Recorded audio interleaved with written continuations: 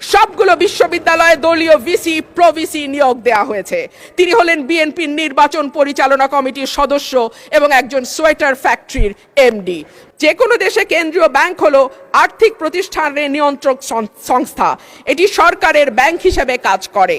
দক্ষিণ এশিয়ার দেশগুলোর দিকে তাকালে দেখা যায় কেন্দ্রীয় ব্যাংকে প্রিন্সটন বা ক্যালিফোর্নিয়া থেকে পিএইচডি করা উচ্চ ডিগ্রিধারী মানুষজন, অভিজ্ঞতা সম্পন্ন লোকজন নিয়োগ পেয়েছেন।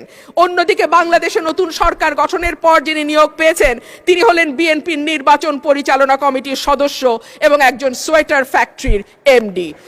মাননীয় স্পিকার, একই ঘটনা আমরা বিশ্ববিদ্যালয়ের উপাচার্য নিয়োগের ক্ষেত্রেও দেখেছি।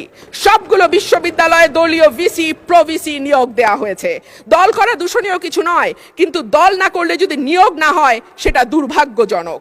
অলিগার্কিক কাঠামো ভেঙে জনগণের অংশগ্রহণ নিশ্চিত করা, বিনিয়োগ নির্ভর অর্থনীতি তৈরি করা। আশা করব আগামীতে সালমানের জায়গায় সাইফুর এসে বসবে না। আশা করব বিনিয়োগ বান্ধব পরিবেশ তখনই হবে যখন আমরা আমলাতান্ত্রিক জটিলতা কমিয়ে বিদ্যুৎ গ্যাসের নিরবচ্ছিন্ন সরবরাহ নিশ্চিত করতে পারবো, ঘুষ দুর্নীতি কমিয়ে একটা ওয়ান স্টপ সার্ভিসের ব্যবস্থা করতে পারবো।